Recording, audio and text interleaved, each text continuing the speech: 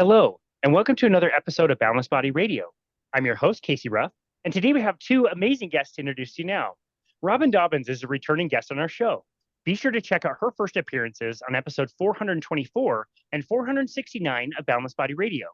Robyn Dobbins is a dear friend of mine who I was lucky enough to meet at Low Carb Denver 2023, and we've gotten to hang out several times since then. Robyn has suffered many serious health conditions, including postpartum depression, obsessive compulsive disorder, obesity, depression, Hashimoto's disease, and bipolar. After years of medications and treatments that had limited success, Robyn discovered a low carbohydrate diet through the amazing work of multiple former podcast guest Vinnie Tortorich. Her symptoms of bipolar went into remission on a no sugars, no grains diet, which eventually evolved into a fully strict carnivorous diet. On the carnivore diet, Robyn has lost 50 pounds and for 5 years has been healthy and medication free. So cool. Robyn is the host of the amazing Less Obese Success Stories podcast featured on YouTube, which she hosts with another former podcast guest, Scott King, highlighting amazing stories of people finding success with the NSNG lifestyle. Robyn Dobbins, what an absolute honor it is to welcome you back to Boundless Body Radio. Thanks for having me back, Casey. I noticed that you've had your wife on 3 times now, so it's about time that I join you for a third time. Exactly. I think you are the number one mentioned guest on this show for sure. I actually just hosted a cardiologist yesterday, more traditional cardiologist, and he had no idea what a lean mass hyperresponder was. And so I got to at least bring it up. I didn't feel comfortable challenging a 40-year experienced cardiologist when I'm just a schmuck in Utah who doesn't even have like a college degree. So I didn't probably push as much as I should have, but at least introduced him to the concept, and hopefully it's something he'll look into. So hey, that's all that matters, right? You just start getting the word out there, and hopefully they think, hey, I should look into this and see how it applies to other people. Yep, exactly. We have one more guest to introduce as well. Janet Ebos is a new friend and is a registered holistic nutritionist from Hamilton, Ontario, specializing in ketogenic therapy for psychiatric and neurological conditions. She was trained by the absolutely lovely psychiatrist, Dr. Georgia Ede, one of the pioneers of metabolic psychiatry, and former Boundless Body Radio podcast guest from episode 584. I shouldn't mess up on my own podcast name. She is also working with Metabolic Collective, a nonprofit advocacy group driving awareness and access to metabolic therapies for brain-related disorders. Janet's interest in brain health began when her mother began showing signs of Alzheimer's disease in 2008. Over a decade later, her son was diagnosed with bipolar disorder. She only discovered the power and breadth of the ketogenic diet for the brain by accident while listening to a podcast and hasn't turned back since. As her teacher, Dr. Ede says, the most powerful way to change brain chemistry is with food, because that's where brain chemicals come from in the first place. You can find Janet on Twitter at EbosJanet. Janet, what an absolute honor just to welcome you to Boundless Body Radio. Hey, thank you. It's nice to be here. Nice to see you two again. We had a great time in San Diego, so it was great meeting you then, Casey. It was, I didn't expect that. I had heard of your name, but I didn't know much about what you did. And so now, I mean, I think I mentioned this, I'm going to probably be calling you in a couple weeks because I need to build some muscle. So well, happy to help. I've got some good steroids I can send your way. That's pretty much the only thing I know how to do as far as muscle growth. But yeah, it's the good stuff. It's the Russian kind. It's really effective. Yeah. Perfect. I just want a pill. That works best, right? Yeah, great. Exactly. Yeah, that seems to be the trend these days anyways. So that's great. Well, as you mentioned, we all got to hang out at the Symposium for Metabolic Health in San Diego 2024. This was in August. Put on by Doug Reynolds and Low Carb USA. Pam Devine obviously helps out with that. And it's been kind of fun to get like a few people together to review some of these conferences that I've been to. And I thought we could do that today. I had an amazing time. It's really, I'll never get used to this. You go into a room, people you know, people you don't know, strangers, and everybody on this like low carb ketogenic diet. Like if nothing else, you don't even have to talk about anything, but everybody just has like the most amazing energy. Everybody is so kind and friendly. I just always have a wonderful time. I did too. It was my first Low Carb USA. I guess it's associated with that. I was at the Metabolic Health Summit. That was really good as well, a little more sciencey.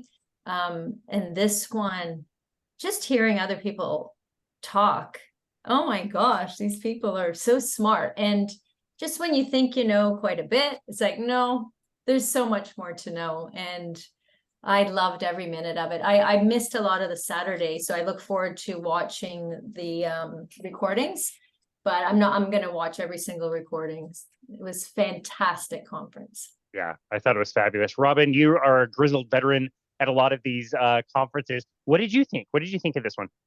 I was actually a little bit nervous going into this one. I still struggle a lot with just being in crowds of people. So I was kind of nervous because I usually know like a lot of people. So thankfully Janet had reached out to me and said, I'm going to be there. So we're Twitter friends. We're going to meet in person. Of course, Casey, I knew you were going to be there. So that put me at ease. But this was different. This is different than going to something like, say, KetoCon, or Hack Your Health is what it's called now. Because it is, this is designed for continuing education credits. So it is very intelligent. And, I'm coming in as a lay person who's just very interested in this stuff. So being there was both overwhelming because the amount of information that was coming at us, but also really exciting to just kind of be in the room with the people. And, my favorite part is at the end when people get to stand up and ask questions and you hear one doctor that you follow at the microphone asking the other doctor who's presenting on the stage these questions and then engaging in a very short conversation until Doug cuts them off. And I'm just like, I can't believe I'm in the room with this happening. Yeah, that's a great way to say it. You and I have talked about this a lot, Robyn. Every conference needs a Doug to step in when somebody starts monologuing and telling everybody their personal stories, and he's got to step in and be like, yo, ask your question. What's the question? Ask the question, step away. I absolutely love Doug for putting it to like, ask your question or get back in the line and rethink it and come back, because I can't stand, I like to know people's stories, but standing at the microphone for our very short question and answer time, that is not the time for stories. By the way, for the record, I'd like to say I did get in trouble from Doug, but not for that reason. I think almost all of us at one point might have, got in trouble, but I came back from a question. I was good. I just asked the question. I didn't tell my backstory. And on my way back, somebody stopped me because they had more info to give me. I didn't know it was Anthony Chaffee at the time. I had never heard of him until this conference. Wow. But my friend Kristen took a picture of me bending down, and he answered more of my question, because my question was about, glutamine and cancer. I've always wanted to ask somebody about that, because what can you do about it? We have glutamine everywhere, but that's something I was interested in. He pulled me over and he's telling me this. And then, of course, Doug came over, and you know the rule, guys, right? No whispering during the conference. So I got in trouble for that. And then when I sat down, Kristen said, do you know who you were talking to? I said, no. And then when Anthony went up, I guess the next day, or I can't remember what day, I was like, wow, he's so smart. Because number one, he went on about athletes who do keto or carnivore and explain why that works. But then he was able to answer, I talked to him later, of questions about cancer. And then when I went up to ask about Lyme disease, he was able to answer that. Like, he's just so valuable to this and community. In a very Dr. Chaffee way, he is able to quote the sources of the studies just off the top of his head. It's mind-blowing how much he holds in there. Yeah, it must be the meat that he's eating. A source of a lot of information. So I just want to say, I kind of feel cool that I got in trouble by Doug, because I don't think you can really experience these conferences without getting in trouble by Doug. Yeah, right. Casey was whispering to me in the back, and he got me in trouble. But I was whispering back. Oh, so you got in trouble too. So there you go. Part of the club. I'm pretty sure everyone had some sort of you got in trouble for doing something situation. Yeah. But again, I like that he has these rules, and he's like, this is how I want my conferences to run. And it makes it so that when we have the question answer time, as many people as possible can get up and go. I don't think anybody got turned away. Sometimes some of the people who were listening on the recording, they didn't have the opportunity to have their questions asked. But for the most part, all questions were asked. And if he Mhm. wasn't running it like a tight ship, that wouldn't happen. Or the quality of the videos wouldn't be very good because you'd hear all that talking in the background. So, I mean, it's Mhm. completely understandable. It's just kind of funny. It It's was funny to kind of watch his endearing face. in a way, like it was kind of cute and endearing. He was serious, but you know, it did run well. I agree with you for sure, Robyn. Well, that's awesome. I love that. What a cool story to be interrupted by Anthony Chafin. Yes, that is a good reason to get in trouble. Yeah. So Robyn, you mentioned KetoCon and Hack Your Health. You and I were both at that one last year. And in preparation for our talk today, I went back and listened to an episode I recently did with a few of my friends who made it to Hack Your Health this year, just to see if I could come up with like a common theme or format and how to like dictate how this conversation was going to go. And I got to tell you, like, I took nothing away from listening to that again, besides the fact that we had a great time and it was really fun. But it's like they're so vastly different. They're not even close to the same thing. Like one of the people that we were talking to, she was like, I didn't even really hardly watch any of the presentations. I went to like a few of the panel discussions, and that was kind of about it. I just wanted to meet people. And like to hear that for KetoCon, Hack Your Health, it's like, yeah, that's acceptable. Here, that would be unimaginable. To miss if you were there and available to like miss a chat would be like that would never happen. Guys, Yeah. what's KetoCon? What is that? I don't, tell me more about that. So for the past several years, KetoCon has been held in Austin. Next year is held in Florida. I've been twice, and in the first year, I really enjoyed it. There's a very stark difference between the KetoCon event, and well, I've been to Low Carb Denver, to the Collaborative Science COSI conference, and then now to Low Carb San Diego. And the difference is, and it's not a bad thing, it's just different, is that KetoCon's almost like a party. It's like a gathering of more regular everyday people. It's not designed to be a CE type of course. And they have presentations that are ranging from low carb all the way through carnivore, although we've seen in the past 2 years that the carnivore ones tend to get the most action. There are a lot of vendors present. I would say that in my world, a lot of the vendors aren't something that I would consume. There's a lot of vendors that are more of the keto sweetener based products. And then there's also a lot of vendors that are in the more like hacking space, which is why they changed the name to Hack Your Health. So there'll be like light therapy and cold plunges and that kind of thing, which some people really get into, others don't. There's debate whether or not it has value, but it's all there. It's all present. It's all there. So you end up spending a lot of time out of the rooms and in the vendor space. But it's also designed so that the speakers that they have that are there are also in the room. So you're walking around amongst these people that you've been watching on YouTube for years, and you get an opportunity for everyone to basically have a one-on-one, get your picture taken, have a chat. So it's very like hands-on, kind of you're in the mix of it. But where it's really different is the educational aspect of it.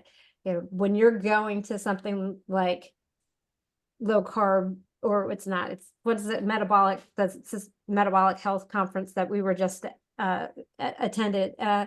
It's so much about the science, about learning something new. And yes, you can see people outside of there, in the hallways walking through, or if you paid for the dinner and you could go sit and have dinner with everyone. But it's really about sitting there, taking notes, learning something new so that you could go out with your new information and spread this knowledge. So it's really different in good and bad ways. Yeah. I do wish there was a way to kind of combine them both, because I think most people go to KetoCon to meet each other. And I wish that people were going to KetoCon to meet each other and learn something new. And I'm not sure if they're doing both. Yeah. Janet, I'm really glad you asked that question because it really highlights the point of anybody looking to go to one of these conferences, realizing how different they are because it really depends on the experience you want. So what Robyn said was perfect. Like this panel of 4 of us that went, varying levels of like experience being on low carbohydrate. Not one person said they walked away with like, oh, I learned this. This was this one amazing thing. It was like, no, we met up with people. The dinners were like the main course or the lunches or visiting with people or like imagine like, where we were at the Symposium for Metabolic Health, like the main stage is the only thing that's like really going on. And then like, there's like 4 vendors there and a few poster presentations. This is like, there's the main stage that's half, the other half is all vendors. Like it's tons and tons, but aisles and aisles and aisles of vendors. And you also have breakout rooms so that every hour you have to choose. Do you want to see the main presentation? Do you want to go breakout 1, breakout 2? So it's too much. You can't see the whole thing, but one presentation might be about grounding, another might be a panel discussion about food addiction, and the other one might be a film premiere or something. Like it's just a completely different experience. So I'm glad you asked that question. It's a fair question. Because Metabolic Health Summit, which was in Florida in January, they had tons of vendors as well. But they also had the format where you had the main stage, and every once in a while they did have a side stage as well. But it was very similar to this, except a lot bigger, with the kind of speakers. I mean, we had I say we because I feel like I'm part of the metabolic psychiatry movement, but we had a little of that with Chris Palmer, Georgia Ede was there, Matt Bazuki, who told his story. So that was on the side. So I missed a few speakers, but the vendors are a bit too much. They were like, every time I walk by, what is that, like red light therapy? They wanted to do my skin. And it's like, I did it. It's enough. No more skin stuff. It's like, when they did it on me, I'm like, oh, this is nice. I might want to buy this. How much is it? It's like thousands of dollars US. And I'm like, I'm okay. I'm fine. No more. But it had a gala. So they had all these, you see all these scientists and doctors who are up there. Just the moment, so we had this nice gala, the moment the live music started, the whole dance floor was full because these people work so hard. Like, how do they do this? Like Georgia Ede writes a book and she's training clinicians and she has her own clinic.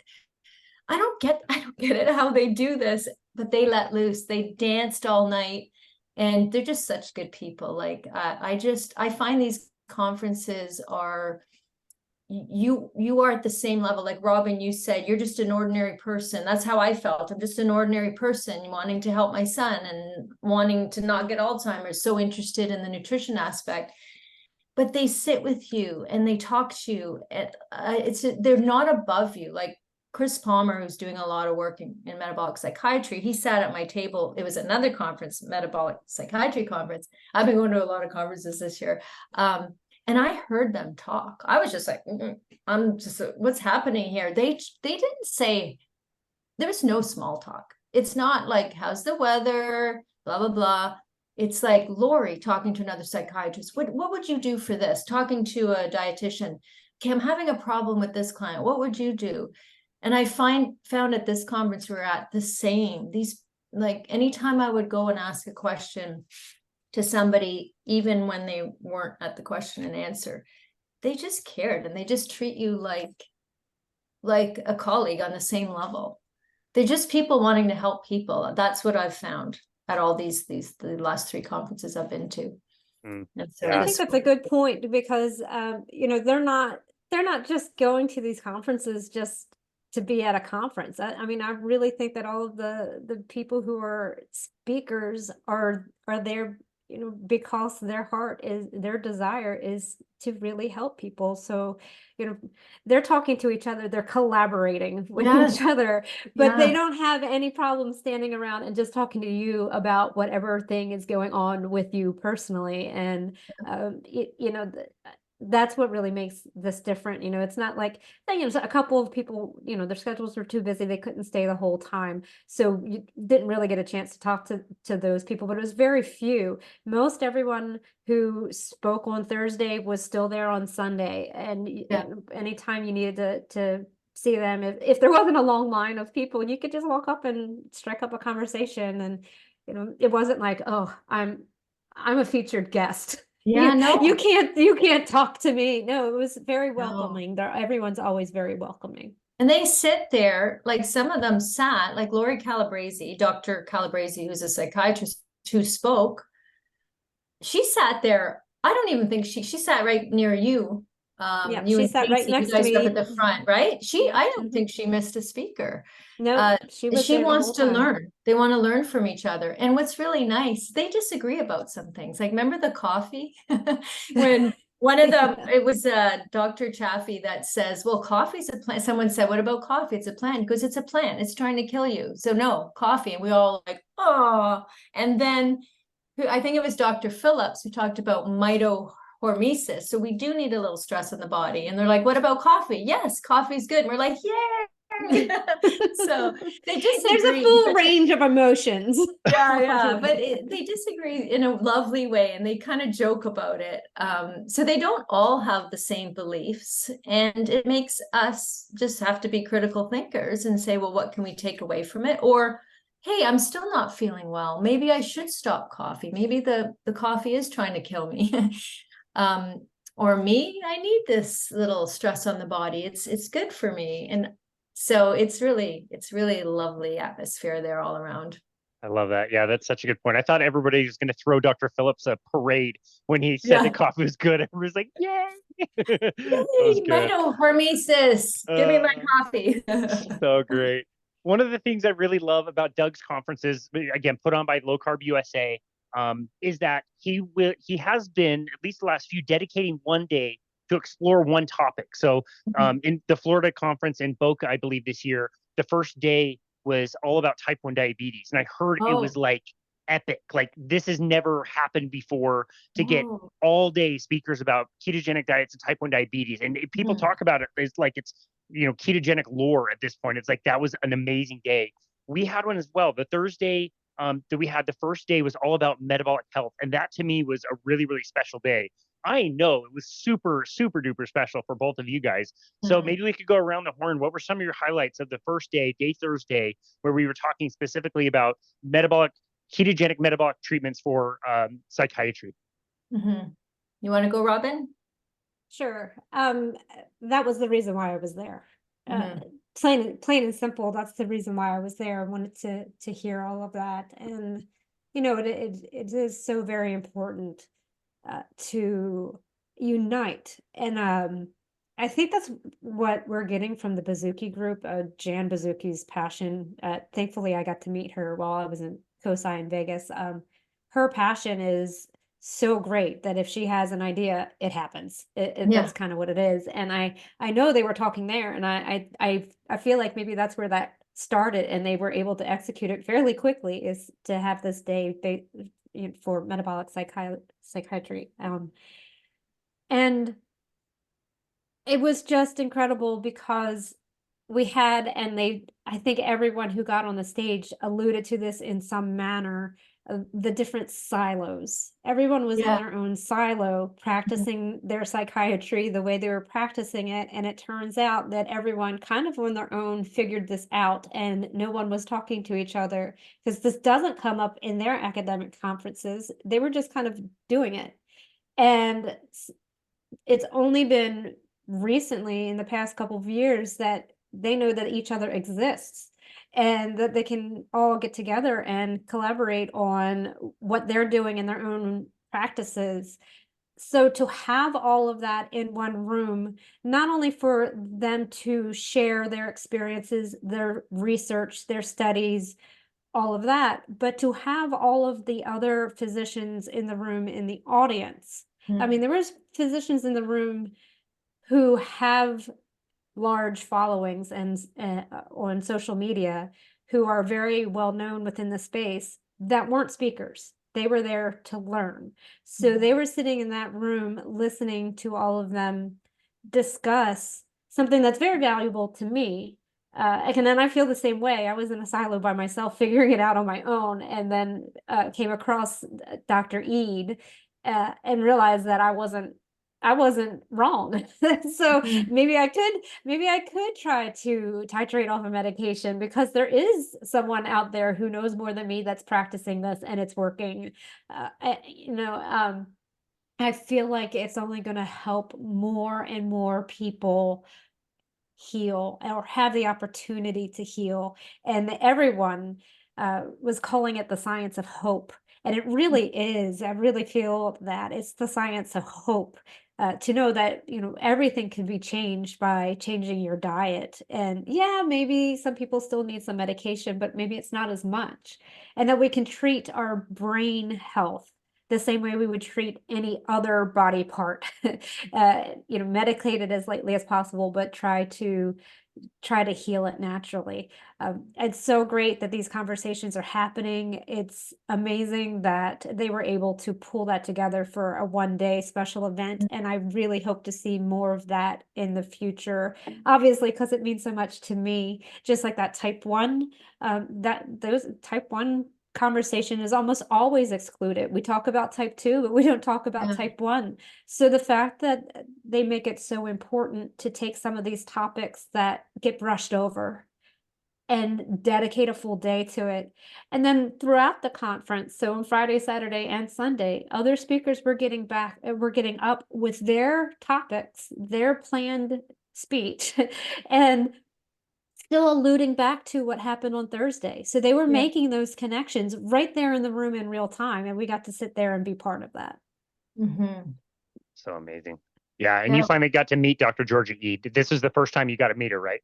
Yes, absolutely. And there's a benefit to having a name that rhymes, apparently, because I walked up and said, "Hi, I'm Robyn Dobbins." And she was like, "I know you," and gave me a big hug.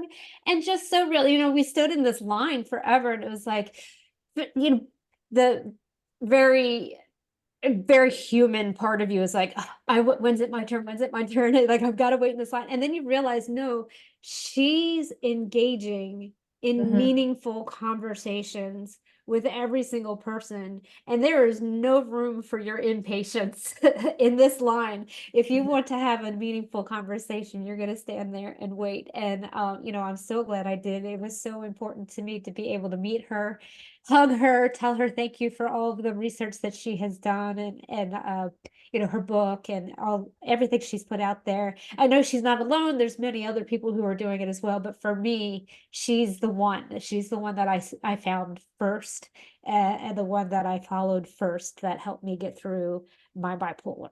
Wow. That was so cool. Yeah. It's not exactly an author or a movie star, like head down, signing, handing out. Like, it was like 5, 10, 15-minute conversations with people. If you were in that line, you were waiting for sure. And I remembered to bring my book. Thank goodness, because, good for her, her books aren't available right now. So I remember my book, and, we had a conversation first, and then she wrote in my book, and it was meaningful what she wrote. It wasn't just something random that, you write in everyone's book. It was for me. So it was very amazing. I'm very glad that I went to. So glad you had that experience. Janet, how about you? What things stood out for you on that Thursday? That was, like Robyn said, it was a pretty special day. This is actually, I guess it's the third time I've heard Georgia speak. I know maybe she was more question and answer in Florida, and then I took her training. But I could listen to her message a lot, because if I'm going to be the person that's sort of representing this, I like to hear it over and over. But just to comment first on Georgia, her, just about Robyn saying how present she was for Robyn. When I took her training, she will only take 6 people at a time. And it's like a Zoom call, and she's so present for us. So if we have any question, you never feel like any question is dumb, and she just gives you her time to clarify things, and she is so present. And I got to dance with her in Florida. I just want to say it was just she's so much fun. So that was good at the gala. So Georgia, I always love listening to her, just just how bad like glucose is in our system. And I understand the mechanisms of why it affects the brain. And as she always says, like, hey, the brain's part of the body. They kind of separated that for many times. You got insulin resistance of the body, you got it of the brain. So she's so good at explaining why it brings on psychiatric illnesses. And so it's always good to hear from Georgia for sure. And then Drew Decker was a young PhD student who did studies depression of college students with depression, and he found some good results with keto diet. So he presented that. I think that was the first time that was presented. Nicole Laurent is I hope I'm saying it right. I know could be a psychotherapist. Sorry, Nicole, if you're listening. I'm going to be taking her training in September. She has such a beautiful perspective in this space. She does a lot of keto counseling, but from the perspective of a therapist. So she just getting to know her, she's so kind. She understands the human spirit, and she just holds space for people. So she is really valued in this community, and she's on the Metabolic Mind website as well. And who else was there? Lori Calabrese she's a psychiatrist in Connecticut, I believe. Wow, man, I wish we had these psychiatrists here. She actually meets once a week to walk with her patients. Like, they go for a nature walk. It's a very holistic approach. Like, who does that? Not here. Guys, here, say near Toronto, Ontario, it's so bad. They give you see the psychiatrist if you're in the hospital or something, or you ask to see them. They say, this is your diagnosis. Here's your meds. See you never again. And your family doctor can take care of your meds. And there's no holistic approach. Like, I asked Chris Palmer at another conference, and like, how often do you see your clients? And probably George is the same. He goes once a week. I'm like, that's like on TV. Like, you watch a TV show and like the psychiatrists, they lie on a chair and you talk about your problems. But anyway, so Nicole Laurent, Lori Calabrese, and Tamara, I forget her last name. She did a study. So these were the people. I wonder if I left out Hannah, of course. Hannah Warren and Brett Scher went up. Brett Scher is really valuable to this community. He's a cardiologist, because everybody says, and he is the director of Metabolic Mind. Everybody's all freaked out about getting a heart attack because you're doing keto. Well, who is the director of Metabolic Mind but a cardiologist? And he's the one who really helped me understand that it's not the LDL. It's maybe get your calcium scores if you're really worried about it. I'm really speak up against statins, because I really believe that my mom I think that contributed to her Alzheimer's, is they erroneously put her on statins. And I wish I could go back, because then now I understand, because of Brett Scher. So he was really valuable. And then Hannah Warren, who is starting this Metabolic Collective, one of the founding members, she told her story.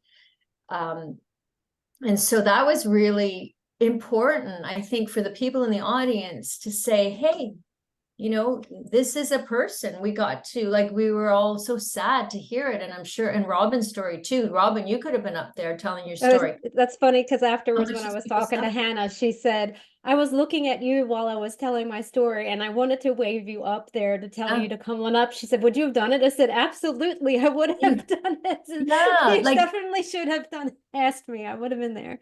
So valuable. And another gentleman, Jules, came up to the question and answer, and same story, similar, suffered many years until he found keto. He's doing carnivore. And then we invited him to, for another dinner, because we wanted to get to know him, Hannah, because he can also be an advocate like Robyn is, and Hannah. So, this metabolic psychiatry was very special. And like, I appreciate what Robyn said, that all the other doctors kind of alluded to it later. They really appreciated Georgia Eads' study that she presented. It's powerful. It's really presented really well too, the study in France, where inpatients There was like, what was it like, Robyn, do you remember 100% recovery? Like it was insane recovery of these people that have been suffering for a lot of their life. And all of them had some improved symptoms. Some of them went off their meds, I think. But anyway, you can look that up. It's in her book as well. I think she discusses it in her book. So if you can change your diet, change your mind, you'll see that study in there. I was just going to say that, like, this is a little plug for her book. Her book is like a manual. So Chris Palmer's book, he wrote it for the scientists and doctors so that they would have confidence, because they don't want to use this. They're liable. Like Brian Lanke said, he has certified in 2 states in case he's under investigation in one of them, because doctors, they're too afraid to use this. So that's what Chris Palmer. So it's a hard read for some people. But and they're like, hey, I don't even know how to do the keto diet, and I just read Brain Energy, and that's not what it's about. Georgia Ede's book, that's your little manual to give you some background. I highly recommend it. That's great. A great recommendation. If you heard that, Georgia Ede, you owe us a commission for every book you sell now. You're sending us 10% for that wonderful plug from Janet. That's right, Georgia. you heard it here first. So I don't want to, Casey, wait a second. Please. I'm sorry. I don't want to skip over the next day, Saturday, Tasman Murphy, who was there representing the Nutrition Network. She talked about something that she had worked on personally, and the young girl does not have autism, but it's something very similar. They kind of walk hand in hand, and I'm sorry, I don't remember what it was called, but her research with that, it was just a case study. But I believe the case studies are very important, and without them we wouldn't know to have further studies. So her case study was very interesting. So we had so much information about healing the brain with a therapeutic ketogenic diet that it overflowed into the next day with her presentation. And it was good to see her come over from South Africa and give that talk. And I'll also say that I had just completed the Metabolic Mind within the Nutrition Network. It's their new class that is for metabolic psychology, and she was one of the presenters. Dr. Calabrese is one of the presenters in there, and so it was kind of cool to be like, oh, I just took their class, and now they're on this stage, and I get to talk to them afterwards. So it was just that was really just a neat feature of the whole thing. So go ahead. Sorry, Casey, to be No. I love that. We finally got her book, so she'll be coming on our show in a few weeks. I unfortunately was not able to meet her in person, but she'll be on the show in a few weeks. So really looking forward to chatting with her. What's her book called? Do you know, Robyn? I don't. I don't either. Yeah. Why did I miss that? I didn't know she had a book either. So I didn't either. Great. I'm going to have to listen to your show and there you go. Find out. Yeah, me too. Got another listen. That's great. There was a few moments on that Thursday that really stood out to me. I was late. My plane broke.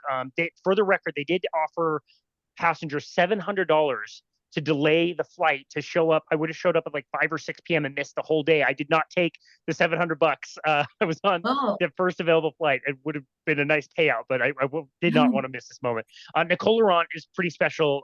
You already mentioned her. She's been on our show several times, starting several years ago. I can't remember how I came across her, but as kind-hearted and wonderful and just nice as she is, when you get her fired up about her clients and the people she works with, about how this information is getting suppressed and her people need to know, she is extremely passionate. I loved her presentation. Was all about Lauren Kennedy West.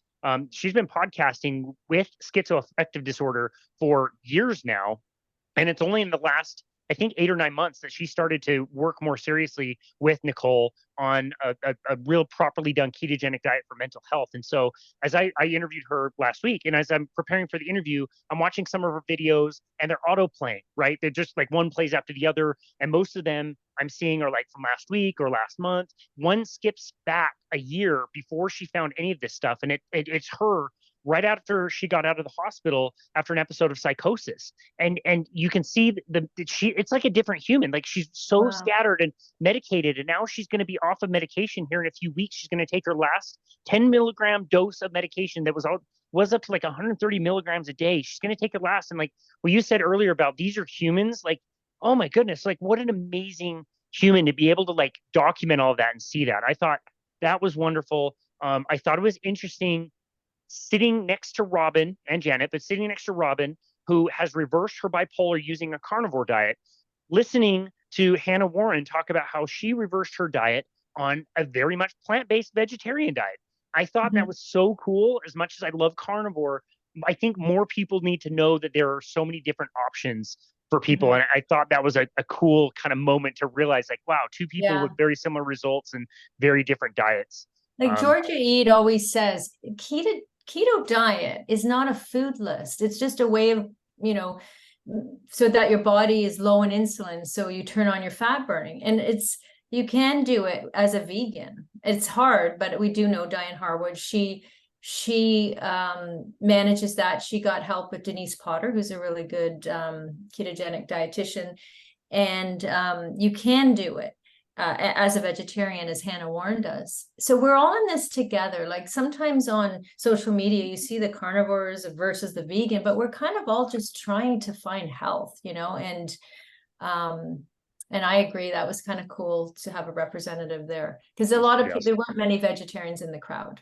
No, definitely not. Yeah, I think I mentioned to each one of you, where else in the world, I wouldn't say she sounded defensive, but she knew that most people she was talking to were like mostly carnivore. She's like, well, I eat plants, but she had to almost like defend herself. Yeah. She goes, yeah, exactly. You know, I feel bad that she has to be that way. I mean, I really believe that there is a full range of therapeutic ketogenic, you know, as long as you're getting what you need, and that can be, isn't that what we're learning here, is that it's specific to the person. We've spent the past 40 plus years all trying to fit into the box of the standard American diet. If we haven't learned by now that we can't all eat the same thing and have the same results, then we haven't learned anything. So we need to accept the fact that for her reasons, she's not eating meat, and yet she's still able to find the amount of ketosis that she needs to be in to stay healed. It will be interesting to see how that goes on down the line. Will that affect her? We don't know. She's going to be that experiment. I don't think it will. She stays very true to the numbers that she has. I don't even check my numbers. I just know I'm there. You know, we don't have to be as strict as everybody wants to make it sound, which leads me to this as well. And I felt this at COSI with some of the speakers there. When we talk about the science, or I say we, but the speakers, the presenters, the doctors who were there, and they're talking about the science they're conducting. They're talking about actual patients. They're talking about people. And I think that's wildly different than when, in general, the public is talking about science. They're subjects. You know, we, the humans, are just rats, and they're using us as lab rats, and the personal story isn't involved in it at all. And what we're seeing in the research in the groups that we follow is it's not just about the study results, but it's also about the people. You know, they're asking for this anecdotal information to include in the writings when they write it up. You know, not only did they drop all of these medications, but they also said that they felt this, and this through the experiment. And that's very useful information that in the past we haven't used. We've discarded that information. We just want whatever comes up in the blood work, and then we're going to apply it across the board to every single person. And then if we even go back and we're looking at how we diagnose a lot of especially psychiatric conditions, it's really just, we're going to take what the symptoms that you list out, and we're going to try to fit them into a box that's going to explain what you are. But no one has the same grouping of symptoms. So if we can't even diagnose, how can we treat everyone blanketly the same? So for Hannah, her diet is working for her and her needs. And for me, my diet is working for me and my needs. And there are millions of people in between. Anywhere in between. And it's so very important to look at the human aspect of that. It's important that everyone is comfortable with what they're putting into their mouths. it's a very personal thing to ingest Mm. something. And if we're telling you, you can't have that, you can have this, but you can't have that, but you don't like this, then it's just not going to work. The fighting about, oh, you put seasoning on your beef, so you're not carnivore, is just ridiculous. It's just ridiculous. And I'm just so tired of hearing it. If you are low carb, and you don't test, and you've probably just seen the lowest amount of ketones possible, but you're having success, it's the same success as someone who has cut everything out and is on a very strict carnivore diet. Success is success. We Yeah. can't measure that in a way that we can write with numbers. It's just there. And what we notice with these talks is that the people who are studying this are listening to those stories, and it's so valuable. Yeah. Well, I think, Robyn, this is the reason why you make so many appearances on the show. When I'm trying to explain this to somebody, I'm not talking about a study. I'm not talking about Dave's study, lean mass hyperresponders. I'm telling people about my friend, Robyn, who has very high cholesterol, or she has bipolar, and she can choose. She has that choice. And like when I asked Matt, I asked him yesterday, he was awesome and visited us here in Salt Lake City and visited the seminar I was saying. And I asked him the same question I did on the episode. Like, this is your wife. She has to make this really critical decision about whether she believes the conventional wisdom about cholesterol, LDL in particular, being not high, but like sky high, or she can deal with bipolar symptoms. And I love his answer. He answered it the same both times. He's like, she can eat whatever she wants, but I would not trade one single day of the Robyn that I know now in our life and life experience for whatever happened before. And I think that's just so powerful and so important, like you said, to just remember that these are people that have lives that are suffering greatly out there. Janet, do you have anything to comment about that? Well, I just want to say that's the reason Dave Feldman had a standing ovation. It's because of that. And I also, when I went on keto, my cholesterol went up, and I'm like, and I had already heard about the lean mass hyperresponders. I'm like, ooh, I'm a lean mass hyperresponder. And, I was looking at all of them, and of course the doctor wanted to call me about it. I was impressed with the doctor. She said, did you see your blood levels? And I'm like, yes. And she said, are you concerned? I said, no. And she kind of went on about, we have to really be careful. And I don't know. I think I have to be better at speaking up. For them, I just feel I have had so many experiences where the doctor just doesn't want to listen. So I'm like, what am I going to do? But maybe I could have spoke up. But I said, I'm not afraid. I'm not worried. And I explained, because my triglycerides and my HDL are fine and whatever. But that is good work. Robyn, what Dave Feldman is doing. And also I would say Dr. Brett Scher as well, as a cardiologist, and other cardiologists in the field who can say, okay, who posted that on Twitter? It showed the risk of heart disease. LDL is such a really small risk of heart disease. And then the other ones were a lot bigger. It just showed you why are they using LDL still to prescribe statins or whatever? Why? It's out there. That information has been out there for so long, and nobody wants to look at it. Well, it gets buried. There's money to be made in selling statins and lowering the threshold for when you get to start that statin. So let's just keep putting that information out there. Meanwhile, we have Dr. Dave Diamond, it was like 0.5% of a percent of a half, and that's the only thing. It will prolong your life for 3 to 4 days if you have a problem with your triglycerides and HDL. But if you don't have a problem with your triglycerides, HDL, then it does nothing. And even I teach high school, and I was taking, sometimes we cover each other's classes. So I was covering it was the healthcare class, and they had this, I have to talk to the teacher maybe when we go back to school. It had a blood vessel, like a little, what do you call that? It's a physical thing where you could see a a blood Just like a vessel, model.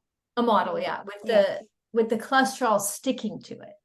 And I have to talk to her, and she wants to hear more because of, I'm a registered nutritionist now, but and she really wants to hear more. And I do want to go into her class to talk about metabolic psychiatry. And I know she'd love to have me, but it's like, throw this thing out. It's the glucose that wrecks the glycocalyx, the slippery part of the blood vessel. And now they're saying, like, people that die of heart attacks or have a heart attack, half of them have high cholesterol and half of them have low cholesterol. It doesn't matter. It's just things stick to it when the glucose. And probably all of them are on statins. So is it working? What difference does it make? So right. Cholesterol, don't you live longer if you have high cholesterol? So we love cholesterol. Our brain loves it and needs it. Our hormones need it. So anyway, I want to at least, talk to the healthcare. And I don't begrudge them, because this information is, it's not out there. Like, people are going to believe these silly articles that come up in these headline articles that are based on whatever observational studies. It's frustrating, but it's so frustrating. People do, like, people on my Instagram don't care that much. Like, that's not my Twitter family. They care, like, they love me and they're friends and whatever, but every once in a while, like, I put some nutritional stuff there once in a while. I don't get much. Like, it's my daughter's graduation, 50 people likes it. If it's something about cholesterol, maybe one like, but then every once in a while, somebody will come to me, say, hey, my mom, they want to put my mom on statins. I want to hear more. I'm like, do you do?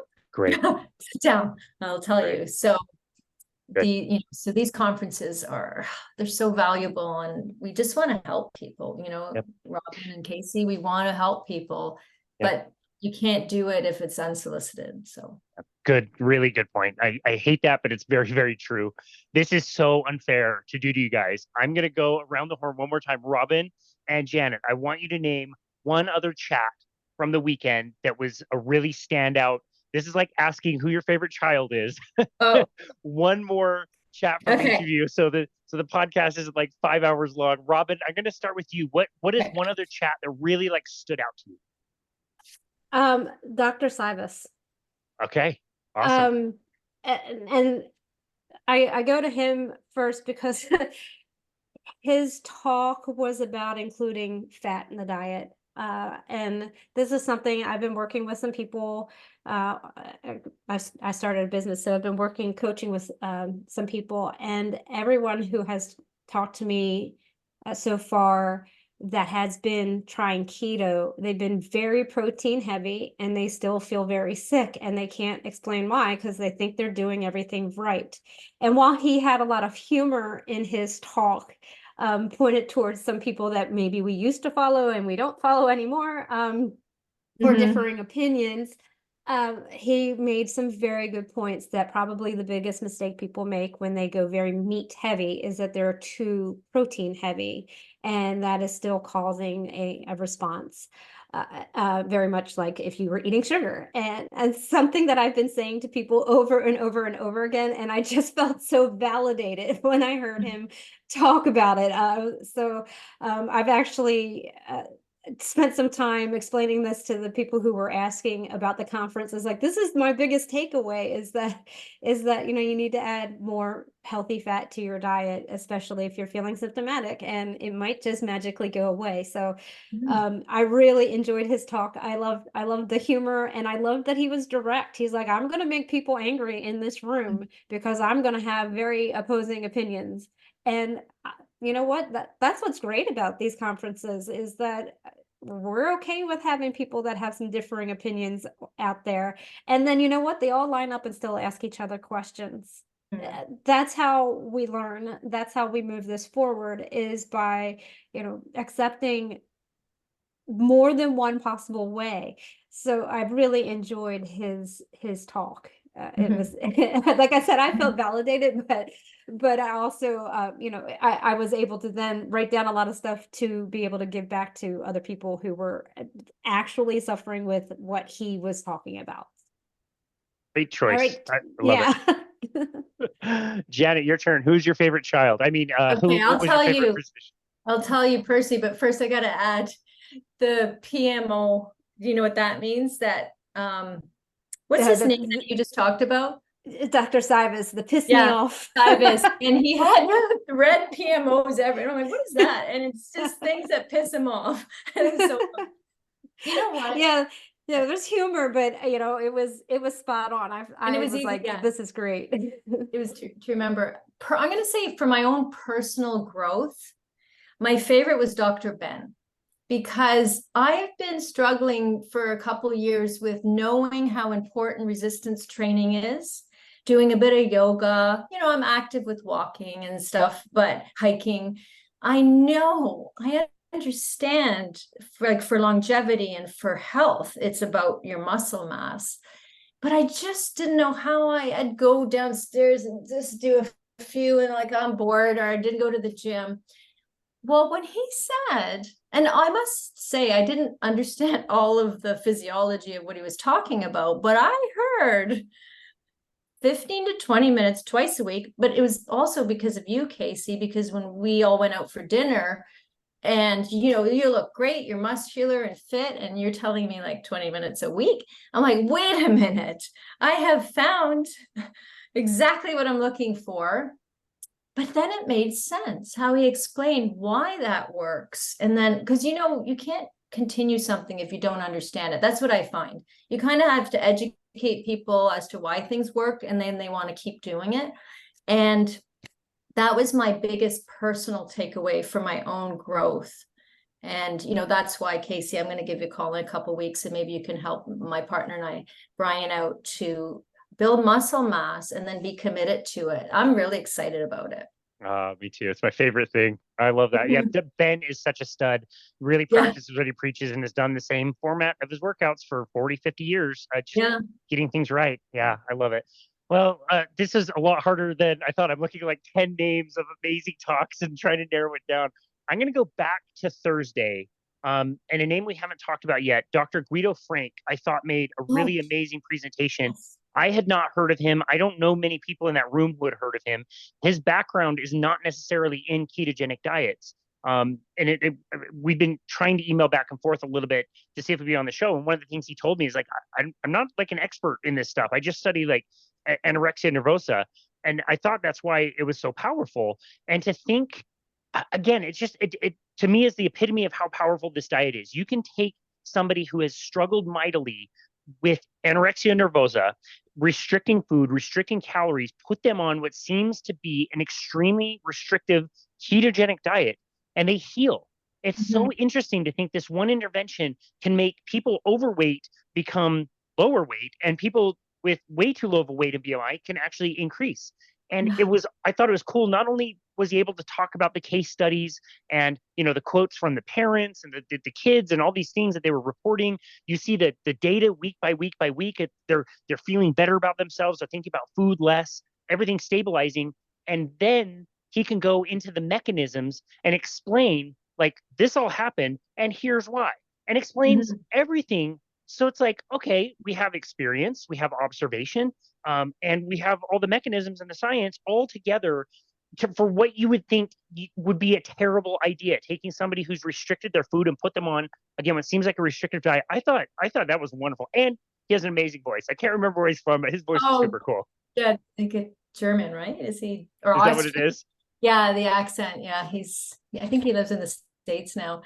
Yeah, I mean, a lot of people on Twitter fight with people about that. Valerie Ann is on Twitter, who suffered for years with anorexia nervosa and many other ailments. And they're all saying, you can't, like, they argue. It's like, but she's well, like, guys, she's well, like, she suffered, like, and then, like you said, he was able to put the science together, which would make some people need that. They want that to convince them instead of just looking at a person that's healed. But yeah, definitely. And it was cool to see all of it. I do have one final question for each one of you that has nothing to do with the presentations, but what was your favorite moment that didn't have anything to do with the presentations? Janet, this time I'll start with you. Like, what was a non-conference or a hallway interaction or just something that really stands out as a cool moment?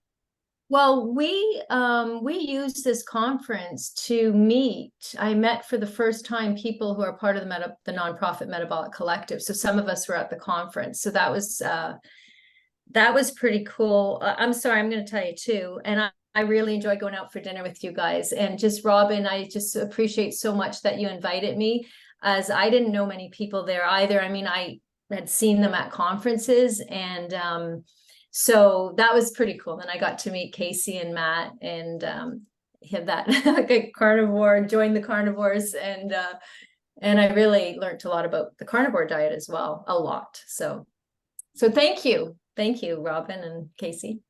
Of course. Robyn, how about you? Well, Janet, you did rescue me, because that very first day I was just sitting there like, yep, I'm sitting here, and I had told you beforehand, I was like, I'm either going to be in the front row or I'm going to be in the back in the corner hiding. So I'm not sure which, it just depends. And then thankfully you found me before we walked in, and we both just went for the front row, and that was a good decision. So I mean, that was actually a very big highlight. I was happy to meet you. You know, we've talked on X several times, so it's always that's really always one of my favorite parts of going to these things is meeting people that I interact with, people I consider friends. But you know, in this day and age, our friends are all over the world, and we actually get to be in one place at one time. Of course, I enjoyed our dinner because we ate a lot of meat, even though they went around the table and they went to the three of you and then turned and walked away, because obviously this tiny person couldn't put down any more meat. Yeah, you kept going, girl. I was like, hello, give me some meat, but whatever. It's okay. I liked when we came back from that and they were having the dinner, and you know, how exciting the people who were able to pay for that additional dinner afterwards, sitting outside in the gorgeous weather, and then having a meal together, and then just hanging out afterwards. So we happened to walk up on that and try to intermingle and pretend we had eaten there with them for a little while. That was fun too. But honestly, the whole, you know, I don't know that I can pinpoint one I did leave. I did leave for half of the day. My cousin lives in San Diego. I haven't seen her in some 17 years. So I did leave and go see her. So that was incredible as well. But not related to the conference at all. But yeah, the whole thing, just being in the hallway and somebody walking by and you just being able to be like, hey, how's it going? Like just walking up to people. That was a big takeaway for me. I know, Casey, you saw me like chicken out, talking to people in COSI. I pushed myself hard to be able to go up to people and speak to them. And you know, everybody's taking selfies, and I never think to do that. I don't want to be fangirly, but I remember to take a couple to remember the moment. So I, you know, I feel good about that. I was able to kind of push. I do want to say one more thing, Casey, because we only got to pick one, but there were so many great speakers, and I had never heard, I'm going to butcher her name, Roshani Sangani. Is that how? That was so close to being the one that I talked about. That blew me away. Y'all, if you don't know who she is, you need to find her. Casey, I hope you interview her someday. We got her scheduled. Absolutely got her scheduled. Good. Because there was just this woman who I had no idea who she was, and she went and asked questions after every single speaker, and they were insightful. They weren't just blowhard questions. These were dig deep types of questions, well thought out, very well articulated questions that were conversation sparking. Yep. And then she got up and gave her presentation and helped someone with their actual issue, binge eating issue, live on stage in front of all of us with her techniques. That was just really amazing. So if you're not following her, I would highly recommend following her. She's going to be a big change. I can feel it. She's got a lot of passion behind her. She was amazing. That presentation was wonderful. Yeah, I wanted to talk about one person that hadn't come up in the conversation, and a lot of people didn't know. So I chose Guido, but the whole time I'm staring at Rashani's name, and I'm like, really want to talk about her too, 'cause she was great. So, Yeah. fantastic. Yeah, she absolutely was. Just the way she practices as just the regular person in the room. That's how I want to be treated when I go to the doctor. I've had to fire so many doctors because they just won't hear what I have to say. And it has taken forever to find someone that will listen and be on board with maybe trying something a little bit out of the box. So, what she had to offer to every other practitioner in that room was extremely valuable. Yeah. I love that. Thank you for bringing that up. I so much agree with that. I thought her presentation and her whole demeanor was just so incredible and kind. And yeah, she was absolutely wonderful.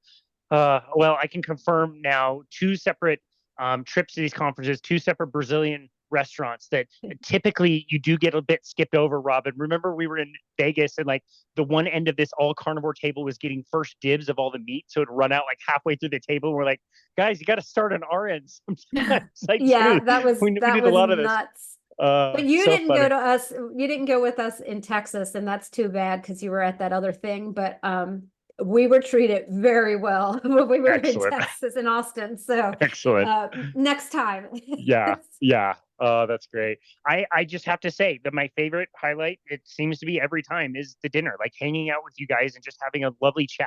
You just like, I don't know. It's just, you think this is a weekend in San Diego. We spent a weekend in San Diego on our own dime in a conference center. Like we didn't, I went to the beach for like an hour and a half because I booked a late flight on Monday. That was the only time I got to be like out and on the beach. And like, you go to these places, you meet the most incredible people I consider lifetime friends. We're always going to have that in common. And to be in this atmosphere where like Robyn, like you said, the most wonderful connections are being happening, and practitioners are chatting with each other, meeting each other, and who knows what this is going to look like in 5 years or 10 years, but you'll always think back, like I was there, I was in the room when all of this went down, and it's so special and wonderful. And I had an amazing time. I'm so grateful to hear about your perspectives. Each of you has been absolutely wonderful. This has been so much fun. Always difficult when we have multiple people to coordinate schedules to be able to do these, but that was great. And I hope it serves to also thank Pam and thank Doug for putting on these shows. And also for the listener, said it before, I'll say it again, you will not miss a penny. You won't miss the time. It will be a sacrifice. I lost clients that weekend that I had to reschedule. Like this is my vacation, and like I don't miss a penny. I loved every second of it, and I would very strongly maintain, if you're the listener, you're thinking about going to one of these, you really should check them out. If you need recommendations, just let one of us know. But anyway, that was such a fun conversation. Let's start with you, Janet. Where would you like people to go to find you and connect with you in your work? Oh, well, just Twitter for now. Janet Eboss, Eboss Janet, because I haven't created a website. I have a day job, a high school teacher, and I'm going to be working on this nonprofit. And so I also haven't put my name on Georgia Eads Global Directory, which I might, but I'm going to wait till I set up a business. I have to really think about, I'd love to help people. So right now it's more like a volunteer, but yeah, connect with me on Twitter for now. And that's a wonderful community of metabolic psychiatry, and neurology, or just even metabolic health in general. And I would love to connect with other like-minded people or people that need help with anything. Also, I have a lot of resources for people who do want some peer support. And yeah, so that I would just say Twitter for now before Excellent. I get it. Thanks. I think that is officially the only lovely community on Twitter, actually. So that's very good. Okay. Twitter's not known for lovely community. So I love that. We'll be sure to link that for sure. Okay. Robyn, how about you? Where would you like people to go to find you and connect with you in your work? Well, I do now have a website for my business, which is called Harbinger of Health. The website is Harbinger of Health LLC. And you can find me there. My socials are all Robyn R. Dobbins. So that's Facebook, Instagram, and X. I won't dare go anywhere else on it. So you can find me at Robyn R. Dobbins. And that's Robyn with a Y, not an I. Excellent. Well, that's great, ladies. Thank you so very much for taking the time to be on our show today and recap the Symposium for Metabolic Health. We really appreciate you both. Thank you, Thanks for Casey. having us. Yeah, it was Absolutely. great. Thank So you. much fun. And this has been another episode of Boundless Body Radio.